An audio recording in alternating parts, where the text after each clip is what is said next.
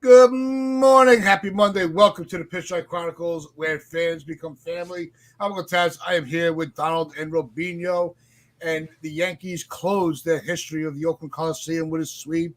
Cole was as dominant as he could have been. Rodon showing that he is pitching ready for the postseason. Juan Soto continues to show that he is invincible, and we have all the bats starting to come together and look like they are ready to go. And we are now at the magic number of 1.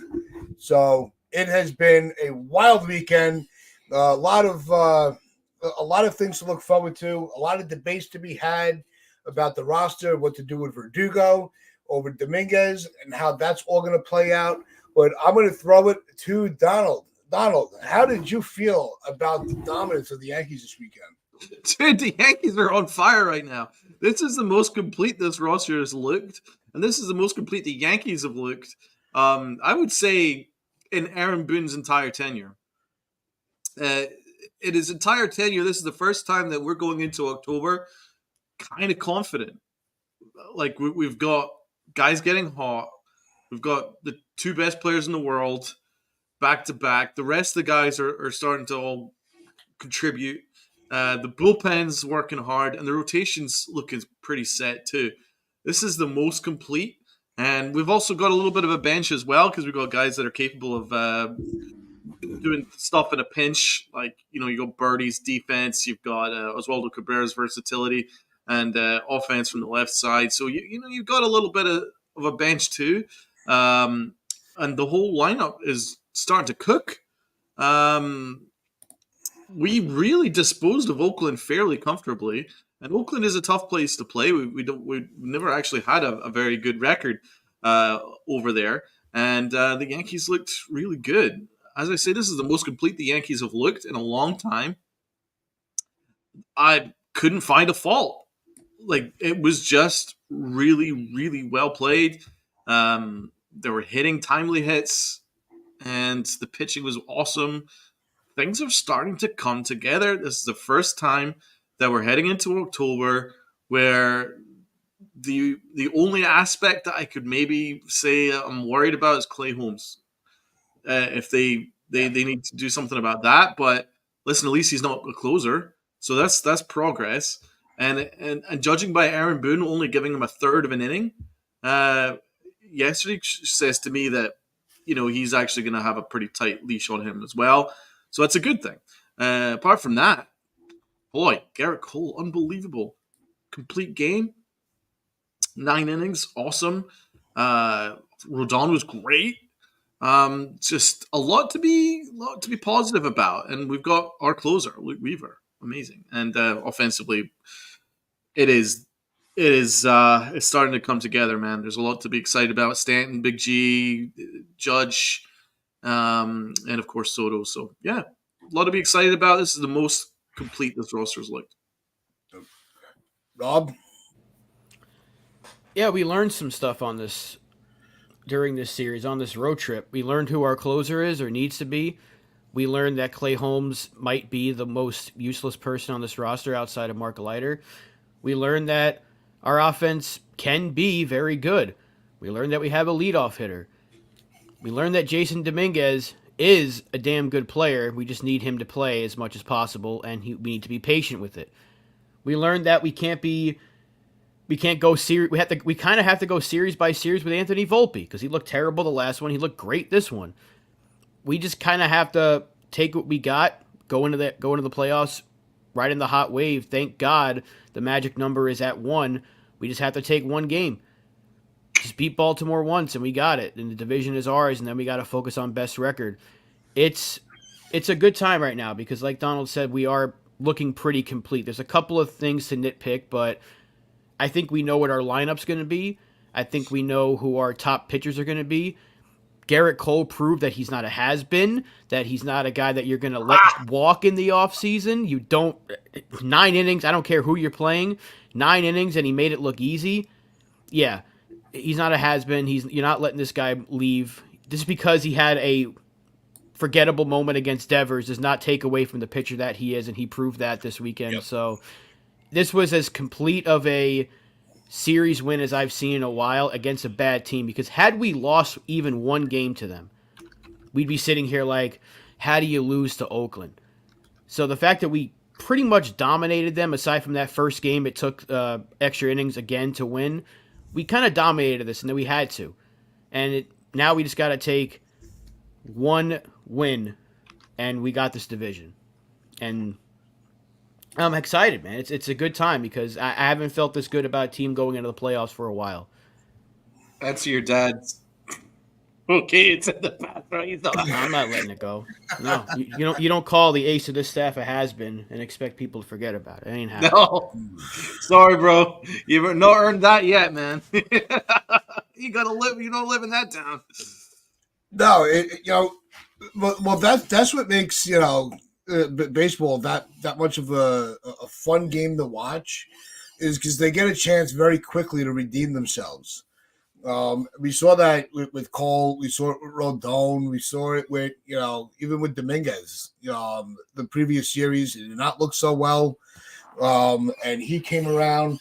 Volpe, it's still undecided of what he is on this team, but you're also able to see the effects of we were wondering when Birdie came back what his role was going to be along with Cabrera, and I think the gift or the unfortunate gift of LeMahieu going down kind of gave him that road to get involved a little more. You saw the effects of him off the bench, the value he can, but the one thing that really stood out was Boone this series. I think he had a really well-managed series, which we don't really say too often. The quick hook with Holmes. Actually saying that Soto was available off the bench and using him. Small things like that make this is the result, and we've seen this over and over again. This is the result of when he's allowed to manage his way, and they put the book away, where he doesn't have the analytical team in his ear. If it's this situation, do this. He seemed to have more of a feel of the series, knowing also, I think, the significance of the last visit to Oakland, wanting to make a statement there after the Yankees' history in that ballpark. How did you guys feel about that?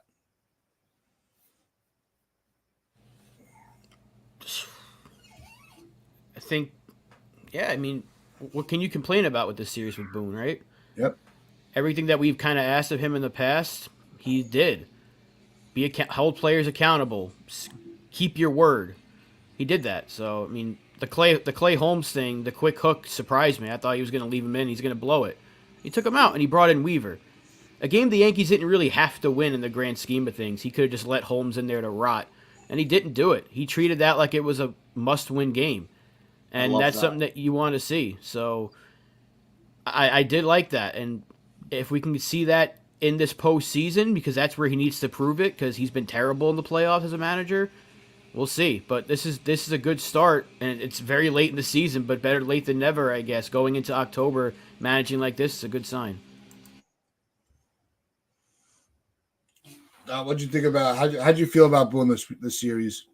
I tend to agree. I love the urgency that he managed with, and he made the changes that we as a podcast all recommended basically since day one.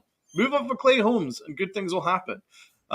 So that, believe it or not, that actually worked. So congratulations to him for his 600 managerial wins. Certainly nothing to dismiss there. The 600 wins is pretty decent. So salute to Aaron Boone. And listen, if we can find a way to get to the end of October as the last team standing, then I'll be even more complimentary of the guy. But there's a couple of things that worked out for him. First of all, again, we all recommended this. Hold Gleyber Torres accountable. And look at the difference it made. just benching him for that one day and then not backing down and to the media, and he was just sort of like, it's past, it's in the past, but you know, I've given a lot of leash to a lot of guys, but you know that is something that needs to be cleaned up. And since then, Gleyber Torres has probably been the hottest guy in the world. He's been on fire. He has been on fire. Moving him to leadoff spot was an inspired decision. That was something that I've been looking for Aaron Boone to do. Get the most out of somebody. And that's not something I've seen in 6 years. He's not really gotten the most out of anybody. But by moving Gleyber to the leadoff spot, we've seen a different Gleyber Torres. And now he looks confident. His at-bats are confident. And he's really delivering. And you know what? That Aaron Boone move certainly paid off. So salute. There's that aspect. Moving off Clay Holmes for Luke Weaver is the right thing to do. And now with a little bit of accountability, a little bit of urgency, this team is starting to come together. It's really not. It's not rocket science. It's not like reinventing the wheel. Just make smart decisions. And this team's ready to go because this is a good roster. It really is. And now it's starting to look better. So yeah, I think he's done fine. He's done much better lately. Yeah, and I kind of, Gleyber's one of these guys where you love him and you hate him at the same time because we know that this is going to. We have a feeling. Obviously, we don't know. But he's going to go into free agency this year, and it's still in question what the Yankees' decision will be. And I hope that the Yankees aren't, filled with rose-colored glasses where, because his second half is so well, he's worth keeping on the roster. Because it is the lack of consistency. But if they're able to get every ounce out of him before he reaches that free agency, I think the Yankees have to keep riding with this and just leave him in the leadoff spot. Because that actually is surprisingly, he looks very comfortable at the plate there. I remember saying that very early this season when the lineup was clicking and there were talks that, they should move Volpe to the top of the order. I said no, because Torres was having his bet. He wasn't. The numbers weren't great, but he looked more comfortable up there with Soto and Judge behind him. He looked like all he had to do was just see some pitches, get on base any which way he could, and they'll do the rest. When he's in the middle of the order, he feels like he's got to go hit 20 some odd bombs and he's got to be this power threat. He seems a lot more comfortable up there. That's why I didn't want to move him from that spot. And since he's moved to leadoff, he's been one of the best hitters in our lineup. And one of the better hitters, I won't say best, but one of the better hitters in baseball since that switch. So I don't know what the future holds for him.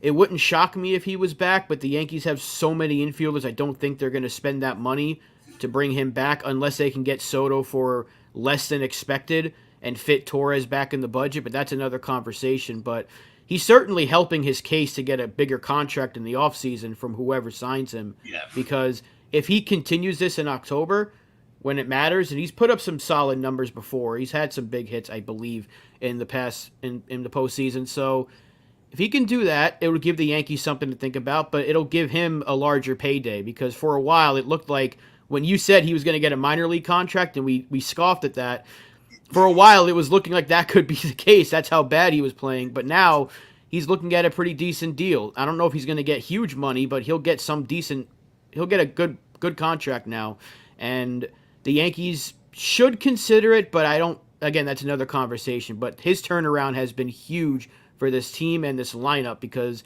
it's not just a two-man show anymore. The top three in the order have been very good, and that's setting the table for everything else because it's allowing other guys to settle in towards the bottom. They still got some stuff to figure out with that 7, 8, 9, but the top 6 is killing it right now, and that's a lot different from what we had like 2 months ago where it was if Judge and Soto aren't hitting, good luck scoring. It's night and day, as somebody said earlier with this team. It is, with Gleyber specifically, it is night and day. We'll see how he finishes the season and specifically in the playoffs before we get into that conversation about the offseason, but he's helping himself, that's for damn sure. And it's not over a short sample size as well. So obviously in a short sample size, he's been great. 324 batting average. a slug of 5.29. He's on base at a 345 clip. But that's just 7 games. How about over the last 30 games? Same batting average, 320 batting average over his last 30 games, and a slug just under 500. And an OBP is actually almost touching 400, 385. 17 RBIs, 5 home runs. This is a different player. A lot of it is the fact that he's so patient in the leadoff spot, and that's not something that he was when he was in the middle of the order. He wasn't necessarily that patient, but he's patient up at the top. He's seeing a lot of pitches, and he's working the pitch count, and that has been a huge help for Soto following him, and then Aaron Judge. Those guys have seen that pitcher's full entire arsenal by the time that it gets to them in the order, because Gleyber Torres has been seeing a lot of pitches, working a lot of deep counts, and getting on base. So, I mean, so even in a short sample size, he's giving you a 320 batting average, and a long sample size, giving you a 320 batting average. This is a different player. The last 30 games is a lot. He's been great. Yeah, it's not a small sample size in a leadoff spot. I don't think we're at that point. I don't think it's a experiment anymore. I think Gleyber found his spot. He found his role, and he's embraced it, and he's been very productive in that role.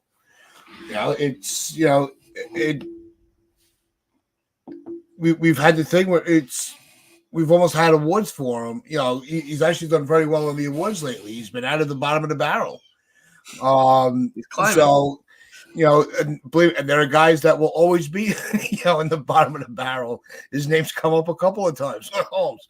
But it's just, it's good to see, because whether it's with the Yankees or somewhere else, none of us have said that we don't think he ever deserved to play baseball. We want to see him be able to kind of find a home where he can play, because he is good for the game. He enjoys what he's doing. He puts the work in. This just might not be a team that's for him. He might do very well. I think he would do very well in the Central divisions. I think he would thrive there as one of the top guys in those divisions. But that's just my opinion. But what is our opinion is how we feel about this series. And the series sweep, the close of the Coliseum, and it is also our opinion of who was the MVP, who took the L. So let's just get to the awards.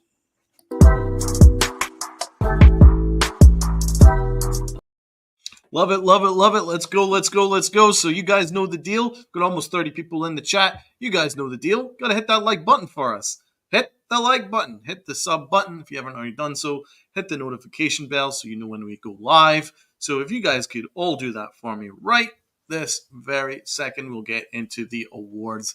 Salute to everyone. I hope you all had a good weekend. Right. So the MVP. There's a lot of really positive awards. So let's start with the MVP. I'm going to start with Rob. Rob, give me your MVP. Aaron Judge takes another one. The guy, 55 home runs now. Nothing to scoff. He's got 2 of the top 5 spots, I think, in history of the team for most homers in a season. He's outstanding. I wanted to give this to Gleyber, but Judge just, once again, just having another monster series. The dude's unstoppable. Even that when he had that, 16-game streak without a home run, you're like, he'll eventually hit one, and then he's not going to stop. So I'm going to give this one to Aaron Judge. He was fantastic. Salute. I had the MVP as Cole. I thought his outing was just that is what you want your ace to do. The offense was struggling that game through the first 9. They really couldn't get anything going, and he's like, "Don't worry, I'll keep you in this game as best I can." And I think he averaged 11 pitches an inning. I mean, that was amazing watching him on the mound that day. And just didn't let the lack of offense as the game gone on for him to change his game plan. You didn't see him kind of, not that he ever panics, but he didn't let himself get away from his plan of going as deep as he could. So, and a big save for the bullpen. And so, I gave Cole the MVP. Salute, salute, salute. I am going to agree with Uncle Tats. I'm going to go with Garrett Cole as the MVP. Complete game. Another aspect to the complete game is the fact that we're in an era now where Manfred wants to make it mandatory for like starters to go a minimum of 5 innings now, because obviously there's a de-emphasis on starters going late in games. So the fact that we have an ace that's able to go 9 innings is crazy, man. That's like a throwback. That's like what David Cohn used to do. But this difference is that Garrett Cole did it in like 70 or 80 pitches. he just comfortably cruised, man. And it did a whole lot of good for our bullpen. Gave the bullpen an entire day off, which is freaking great. And he was just majestic and comfortable. And then when you factor in the fact that 5 days prior we had him getting criticized, he was unbothered and he just cruised. And it was the definition of cruised. He didn't work at any point. I don't think he worked up a sweat at any point during that 9 innings. So in an era where starting pitching is de-emphasized, I want to emphasize how amazing that outing is. And that's why you shouldn't ever get too wrapped up in one start over a season. Everyone's going to have bad starts. It's happened since the dawn of time. You're going to have bad starts. It's how you recover. And he more than recovered. He was absolutely sensational. So he's my MVP. Let's go with a low-key MVP. Let's start with Rob. This is where I had Anthony Volpe. I wanted to give him MVP, but I don't think that his numbers were better than Judge. He did have a hit in every game of the series, but his game one actually helped us win that because he was one of the only guys that actually showed up offensively. So I'm going to give this one to Volpe. He needed it. He had that 3-hit game, 2 RBIs.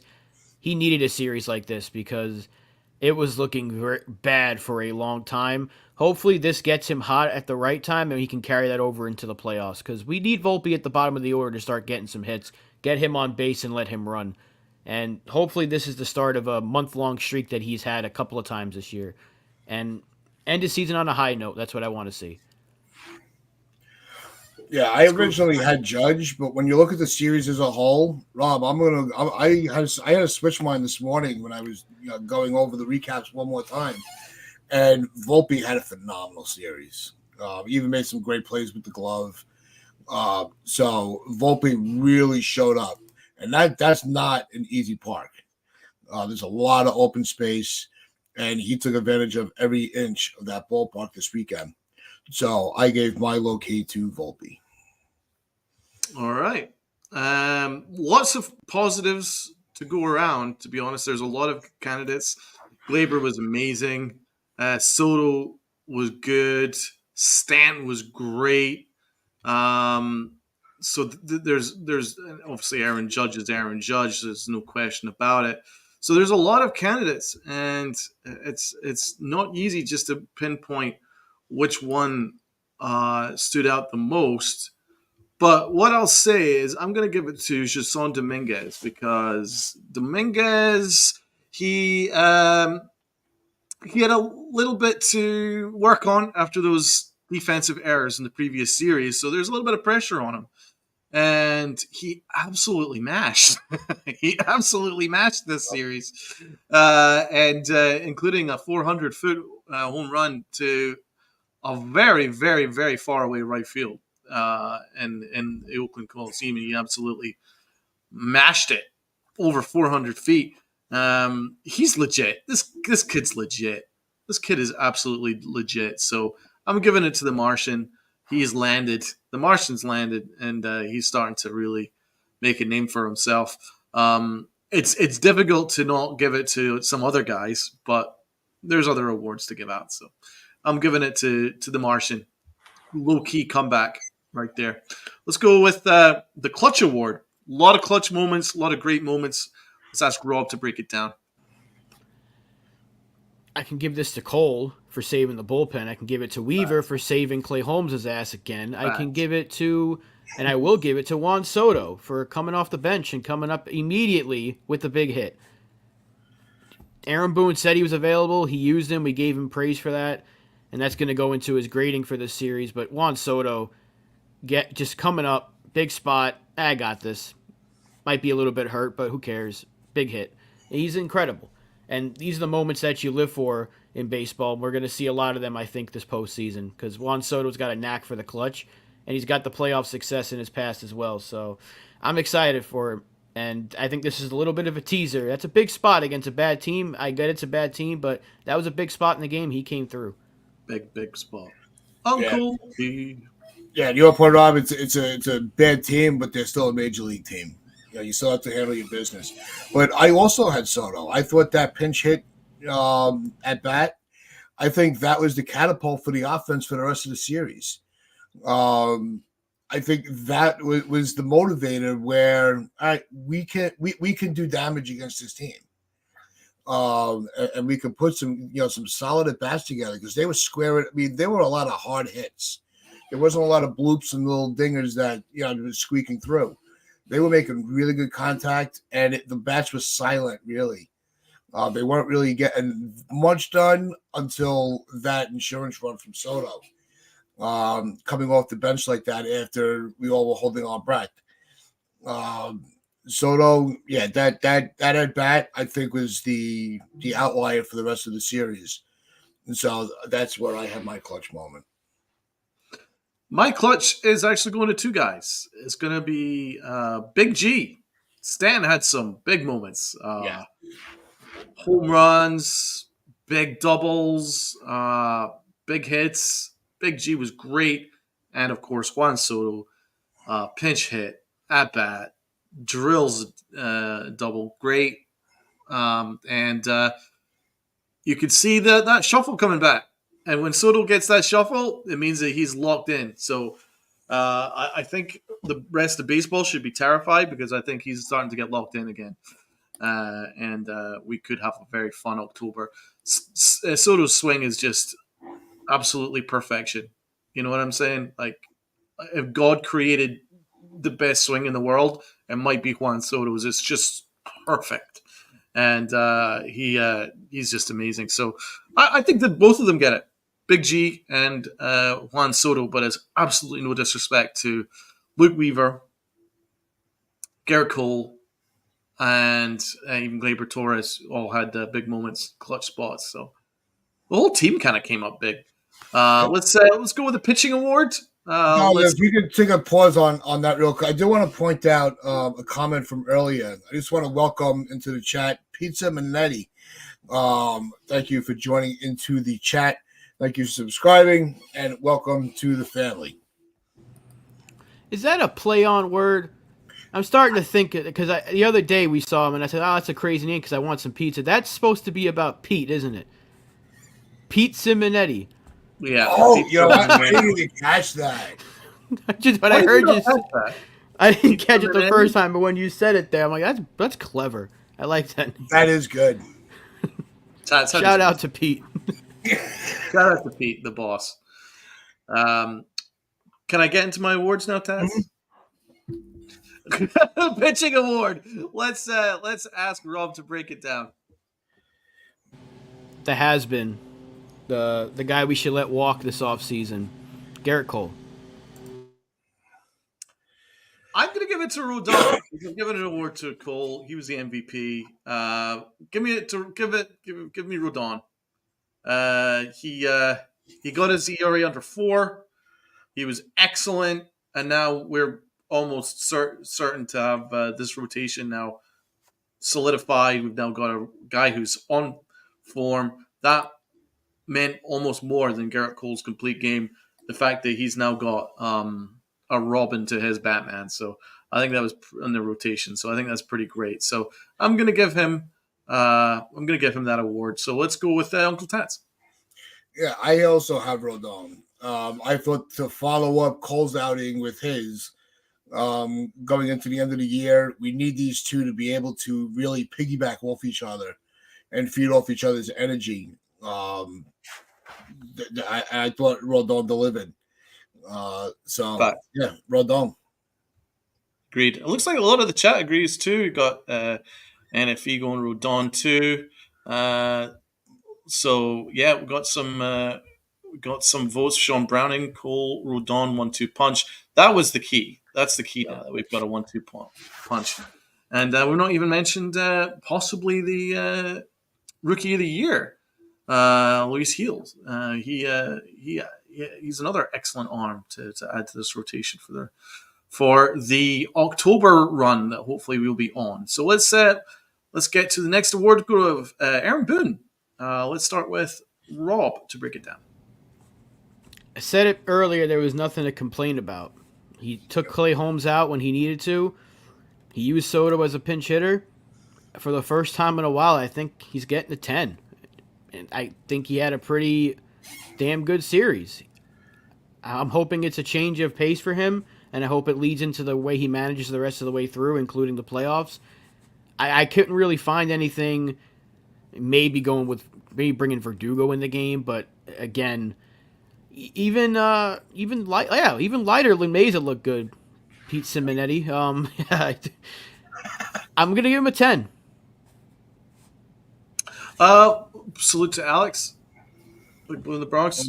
Guys, sub up to his channel for Giant and Yankee content. My man Alex was in Cleveland at the Giants game, so salute to him. I'm going to give him a 9 out of 10. Really good series. The only thing you could maybe pick apart was putting Clay Holmes in that spot yesterday. I mean, I could have told him for free that if you've got in a close game, you don't want to go with Clay Holmes because he's going to try and find a way to blow it. So you could maybe critique that. But apart from that, man, I even liked his lineup where he brought in the bench. I think that was the right call because you want the whole roster to be involved going into October, so that they're all kind of involved and ready to go. And I thought it was a right idea to go with Birdie and Oswaldo Cabrera and stuff like that. Actually, I know there were some people that criticized it, but I actually thought it was the right thing to do, and it worked. We won the game. Decent series for Aaron Boone for the first time in a while. I could safely say that he's well worth a 9 out of 10. That's that for me. Yeah, I have the 10 out of 10. It's a series sweep. He didn't do anything that really put this series in jeopardy. I think he made all the right moves. Despite the criticism of putting Holmes in the game, he did have the wherewithal to have the quick hook before it did completely get away. And went to a more trusted guy that we also all are starting to trust very much. I think Boone had one of his best series in a while. And we have not been able to really give him a high ranking. So I'm going old school on the Boone Award. It's a sweep. It's a 10. All right. Salute. Let's get to the L. Let's start with Uncle T. There really weren't a lot. I mean, you could give it to Holmes again, but I'm gonna be a little petty, and I'm gonna say the offense in the Cole game, innings 1 through 9, for denying him a complete game shutout in 9 innings. I think that's really the only thing you could really be a little picky about. There really wasn't much. Rob. I'm giving the L to Alex Cora again because he seemed to have woken up the demon in Garrett Cole. He pissed him off. And since then, the Yankees have won? I think we're like 5-2. I mean, I can give him a win, but I think in terms of his team, that he takes the L for the Red Sox. So I mean, the Red Sox are basically eliminated since then. He said if we make it, we have Garrett Cole to thank. Well, good luck with that one. I'm going to give it to Alex Cora again because fuck him. That's why. All right. My L is pretty. There's actually no L's really that are like a must, but I would say Clay Holmes. Let's just give him another bad award. But no, I mean, listen, that was the only criticism, because we were cruising through them, and then he had to put 2 runners on before he even records the first out, and then Aaron Boone had to go and recover the situation. But at least Aaron Boone did that, because he could have waited another couple of innings for Clay Holmes' ego, and then watch us blow another one. So I'm glad that he nipped it in the bud when he did. So I'm gonna give the L to Clay Holmes, because he continues to be the only negative aspect to this roster right now. So I mean, that's not a bad situation if your setup man is the only real negative aspect to the team going into October. So yeah, he gets the L for me. Let's go with the final award, my favorite award, the Aaron Hicks Award for the worst of the worst of the worst. I can't think of anything right now, but maybe Rob might find something for me. This is Clay Holmes, because he can't stop himself. This was his chance to maybe redeem himself a little bit, put a little confidence back into his manager, because I think even Boone, even though he's fluffed him up all year, clearly Aaron Boone's sick of it because he took him out very quickly. This is Clay Holmes' chance to give himself and the team around him a little confidence back into himself, and he just can't do it. Even against a team like Oakland, he cannot stop putting guys on base. The game would have been lost had they not taken him out. He's terrible. Even Mark Leiter had a good outing, and he's been just as bad as Clay Holmes. Wow. Clay Holmes looks so bad. I got to give him this award. He could not pitch his way out of a paper bag, says John. Right now, you're probably right. He'd find a way to get stuck in that paper bag, and that's not easy thing. That's not an easy thing to do. He's terrible.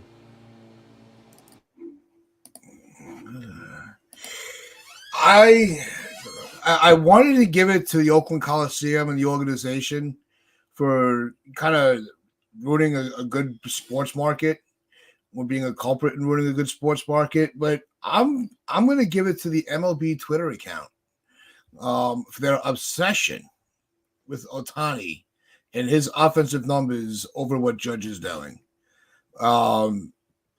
Yes, he's got the stolen bases along with the home runs.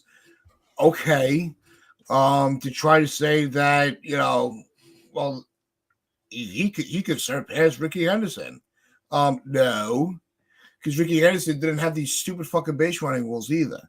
Could you imagine what his numbers would have been?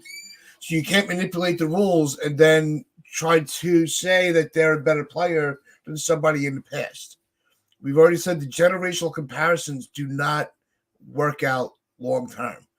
And stop with every time if he smiles, they're putting a post out for him about a record.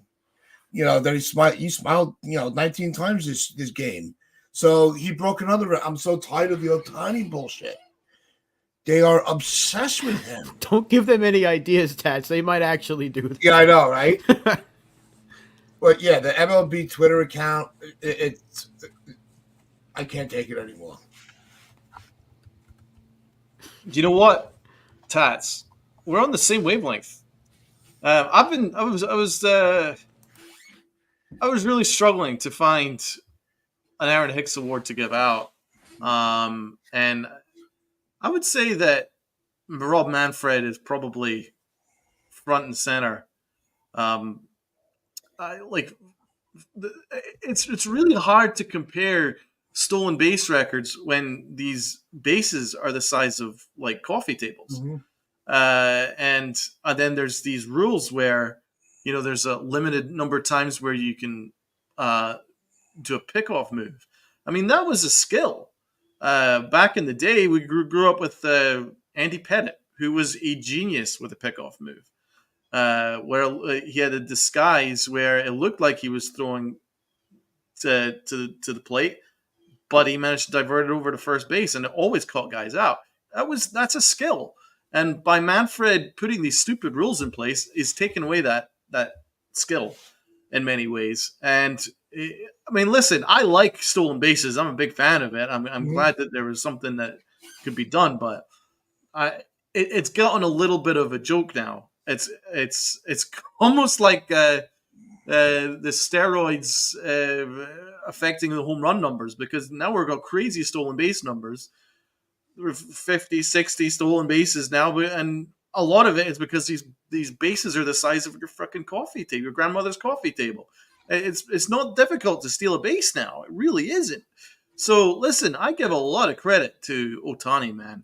That day that he had where he was, what was it, 6 for 6 with 3 home runs and a million RBIs and a fucking bunch of stolen bases. I'm not taking anything away from Ohtani at all. Ohtani's separate. He's just a genius, and I give him full credit. And I just think the Rob Manfred and his silly rules, and he's always trying to work with things. You know, as I mentioned before, he's trying to affect the starting pitching rules now. He wants to make it mandatory for starting pitchers to get an amount of innings or whatever. That's not going to fly. I can't see how. But even the fact that he took away specialist rules in the bullpen, because you have to have 3 guys up, mandatory 3-batter rule with bullpen arms and stuff like that. So you've taken away specialist pitchers, and that was a big aspect to the game for a while. So I just think that he's kind of bastardized the sport in many ways. He really has. He's bastardized the sport. And we're just trying to figure out where we as fans kind of sit and where we are in this. We try and make the best of the pitch clock. And I'm glad that there's a bit more emphasis on speeding things up a little bit, but it's almost like it's a bit extreme. I think it was a little extreme. And I'm glad that there's an emphasis on stealing bases and stuff. I have no issue with the shift. I quite like the shift rules. I like that. But I just think that these giant bases are a little silly. And now we get silly stolen base numbers. And as Taz points out, how can you compare that with like Ricky Henderson? I mean, it's really hard to compare with historic stolen base numbers to now, because, I mean, now it's not difficult to steal a base. I'm pretty confident that I could steal 20 bases in the major leagues now with these freaking giant pizza boxes. It's not that hard to steal a base now. So it's discrediting a lot of the history that's went on in the past, where there was a skill involved in stealing bases and there was a skill involved in throwing to first from the mound. So a lot of that has been taken away. Just the sport has been bastardized, and we just have to make the best of it. Yep. And Jared, to your question in there, no, there's no ghost runner in the postseason, and so you don't have to worry about the Manfred. And that's another one. That might be his worst one. That is the ghost runner. Like, why not do it in like the 11th later? Yes. Give us one extra inning of like the real way, and then if it goes further, then you can do the ghost runner stuff. That was my issue with it the whole time. Is I don't like it, but the players like it because they asked for it to come back. Yeah, Remember they voted it back in. Yeah, the players voted that back. So that I would maybe think about. I agree with you. I would say the 10th inning needs to be legit normal rules. The 11th inning, start him at first. If you want to put a ghost runner at first, there's still an element of. You could still have that element there with you could still quicken the game that way, but I don't like having them already in scoring position, because that means like a bunt and a ground ball and then you've already scored. That's hardly fair at all. So if you want to do something like that, you put them in at first. I'm all right with, but the 10th inning needs to be normal rules. Come on. Yeah, and shout out to everybody in the chat. We were seeing a lot of the comments. Want to pull up this one comment here from Chris Ryan. What's going on, bro? These players now can't fill the shoes of the old school players. They're making sports in general too soft.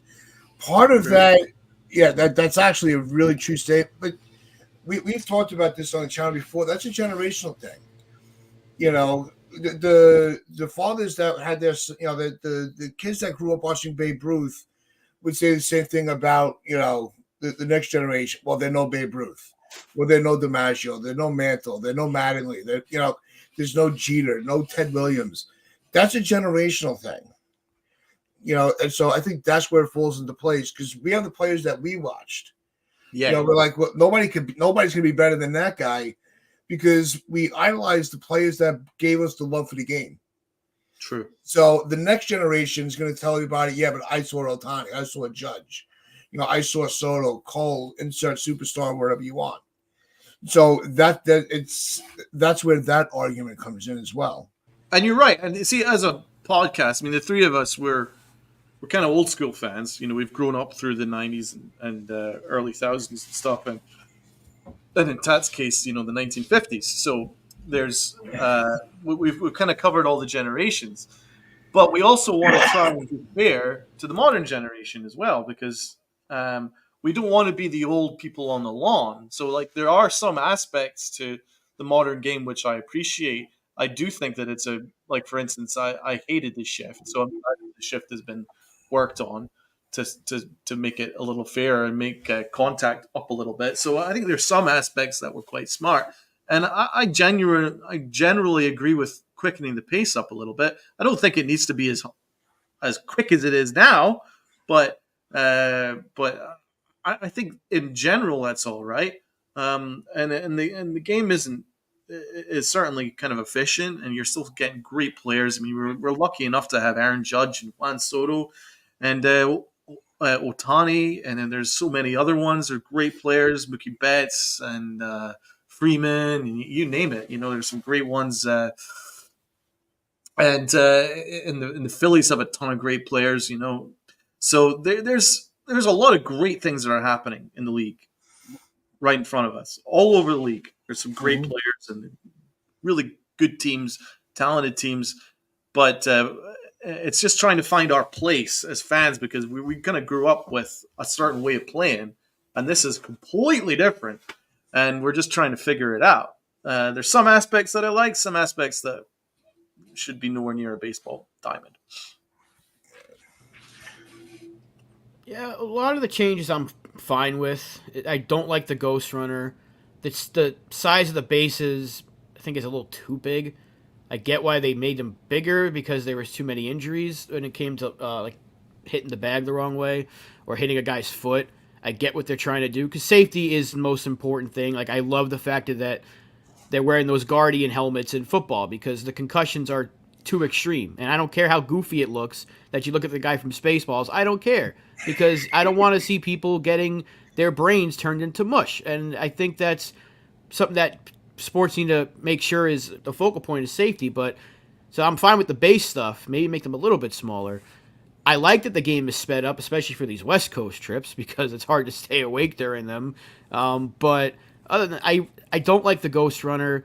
The throwing over twice, I'm okay with that, because it gets a little bit excessive. I get you trying to play the game with the base runner, but overall, I don't think the rules have hurt the sport. It is a different era, and people's attention spans are a lot lower than they once were. Let's be honest here. That's why a lot of the most popular things on the internet nowadays last like 10 seconds. That's why YouTube Shorts is a thing, because people have lower attention spans. It's a generational thing. We do sound like the old people on the lawn, but that's the times. That's the problem. Yeah, but those are the times now, and I think sports in general are just trying to get with it. It's hard to change what baseball is, because it's still pitch, try to hit it. If you don't, you're out. Like, it's still a very basic concept, but it is still a very difficult game, and you can't take away a lot of the old school elements of it. They brought in analytics and stuff like that, but it's still, at its core, it's still the same game, but they've tried to change stuff with the times. I get it. And we're not going to go back to what it was in the 30s. We don't know what it was like. Tats does, but most of us don't know what it was like in the 30s. And we can't expect it to be the same game for centuries, because then you're going to get people not watching it, because baseball for a while, I mean, it was America's pastime, right? It's certainly not anymore, because people watch football now because they want to see action. A lot more people are watching hockey now. They're watching basketball because there's more action. I don't know how you create action in baseball, though. So you're trying to hype up the guy with a 50-50 season, even though it's bigger bases. You're putting him all over your social media because you want people to see, why are they talking about this guy so much? Is it excessive? Absolutely. Is there a bias towards Otani compared to Judge? Absolutely. Look at the graphic they put up for Otani hitting 53. He's out of this world. They put him in space where Aaron Judge hits his 55th. It's just a picture of him. Obviously, there's a bias towards Otani, but people are going to see that, like, why are they fluffing this guy up so much? And maybe they'll go tune in to watch Shohei Otani. They're trying to get eyes. So I can't fault them for that, because I talked about for years on this channel, market your players better. Yeah. Is it excessive? Absolutely. But is it going to get eyes on Shohei Ohtani and potentially other players? Yes. So we might find it excessive, but if it's getting eyes, it's getting hits, it's making them money and potentially getting new viewers onto the game, that's what they're trying to do. And I think it is working because even though people are complaining about it, they're still engaging with those tweets. They're engaging with those posts. And engagements gets the money. That's how you make money nowadays with viewership and engagements and clicks. You can complain about it all you want, but as long as you're clicking on it, they're going to make money from it. And that's the end goal here. They're trying to make money and get more eyes on the product. One thing that we should all agree on is that the postseason, every MLB helmet is going to be sponsored by Strauss, and the logo is going to be on the helmet. So every helmet in the postseason is going to be sponsored by a German workwear company, and it's going to appear on every helmet in the MLB postseason. That from Rob Manfred is a joke. Hey, I warned everybody that was so happy about the $25 million from Star and all these sponsorships. I said, give it time. The uniforms, everything is going to be comparable to NASCAR with all the patches all over them. This is Germany's payback for us giving them Giants-Panthers this year. I don't even know if everyone in the chat is actually aware of that because it looks like there's some people that are a little bit surprised. Jared's like, wait, what? Yeah, it's a big logo on the side of the helmet, and you can't miss it. It's about as German as it can possibly get with that name, too. But you'll see it. You can't miss it. Trust me. So, to close out the point with MLB and Ohtani, I think Acevedo's got a great point because they promote everyone equally, or at least the top 5 in each team. I think that's the issue. I mean, that's mainly my issue is the fact that, oh, guys, so that's so terrible. Get that everyone in the chat, look at that. That is a monstrosity. I think we can all agree that is almost the biggest crime that Rob Manfred has committed on baseball. Those helmets, that alone is the Aaron Hicks Award.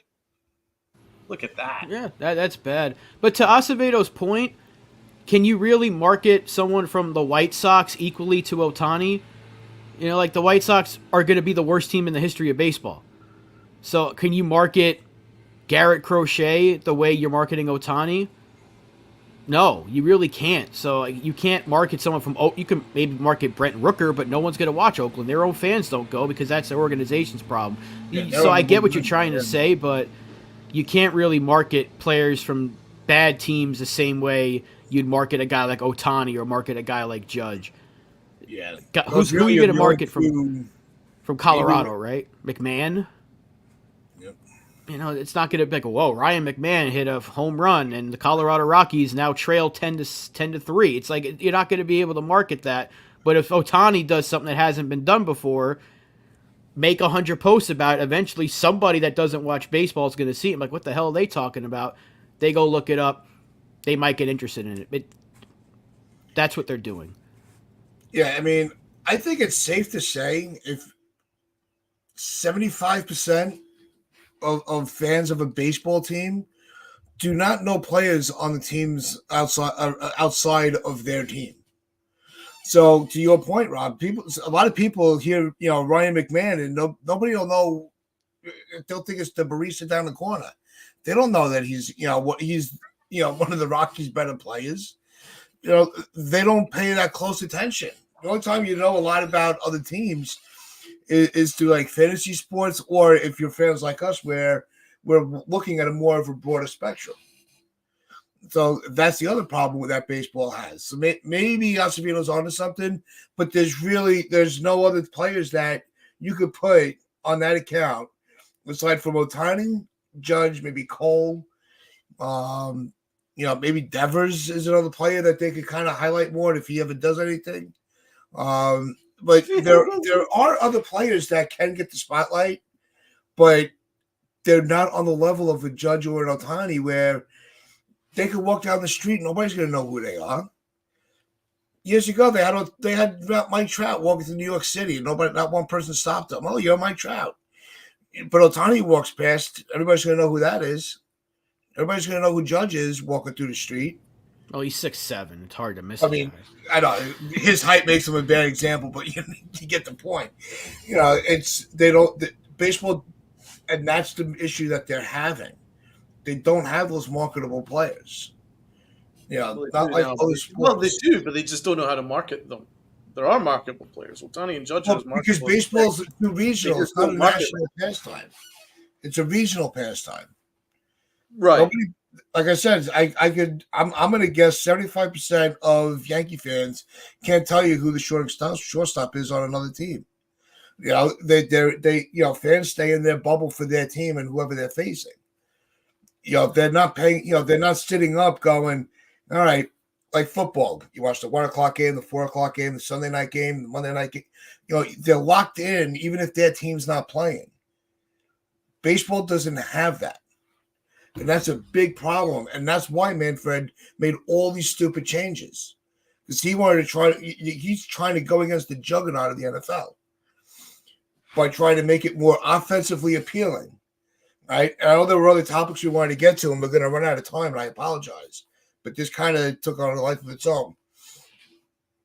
There was a stat that Susan Wallman mentioned before Friday night's game. With 2 strikes, the MLB at batting average with 2 strikes on a player throughout MLB is under 200. So how did the offense benefit from all these changes? They didn't.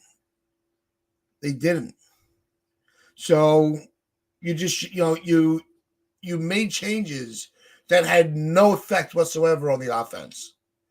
So maybe you need to reevaluate what changes they want to make. Well, the truth is, pitching beats great hitting. Amazing pitching beats amazing hitting 9 times out of 10. Unless your name's Aaron Judge or Shohei Ohtani, really, or Juan Soto. Great pitching basically beats good hitting because it's a craft. It's a craft.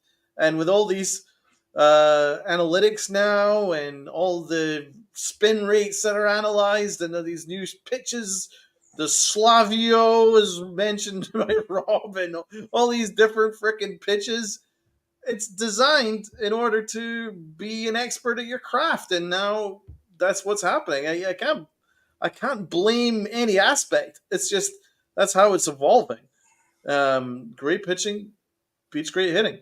Let's go back to Pete's point here about. Am I wrong in thinking if it was a sports or sports related brand, it wouldn't look as nearly as bad? A German workwear company has nothing to do with baseball except money. Well, that's true. If it was like a Nike helmet and you just had a tick on the side of the helmet, no issues.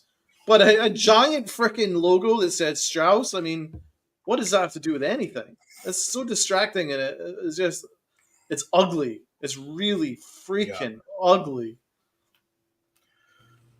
Yeah, like that. It's so. Why is it so big? No, it looks like a hard hat. It looks like a hard hat. It looks like you're going to a construction site. That's what it looks like. The entire side of the helmet's taken up by that logo. Like the more I look at it, like the more I'm like, that's like, put it on the back of the logo of the helmet, a smaller logo, fine, whatever. You're not going to notice it. No, but that's excessive. You want to talk about excessive? Yeah. Yeah. That's my Iron Hicks award. No, it's a great conversation to have because it's really ridiculous. And there are people that are going to be like, well, you get used to it over time. No, it's not like, you don't even notice the swoosh anymore. The pitch clock I've gotten used to, it does give the game a little more fluidity. And you don't even notice it when you're at the game.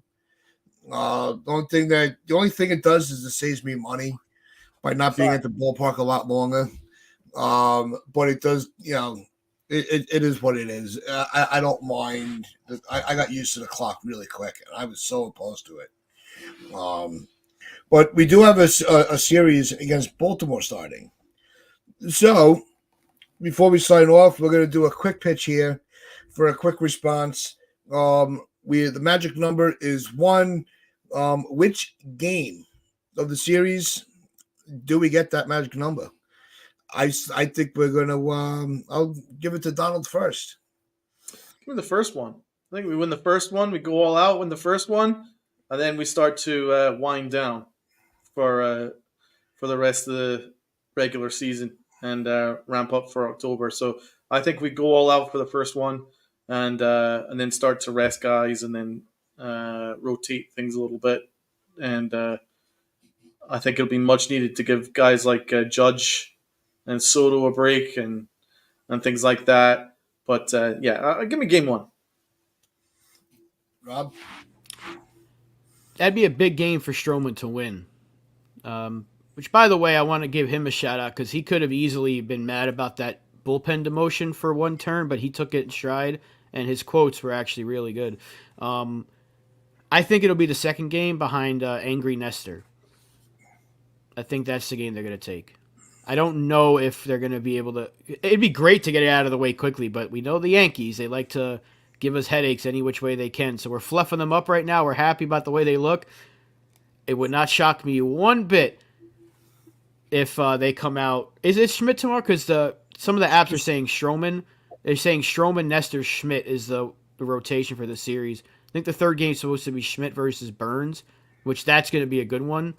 Yep. Yeah, there's obviously the off night tonight, but no, it's going to be on the game one is Schmidt versus Kramer.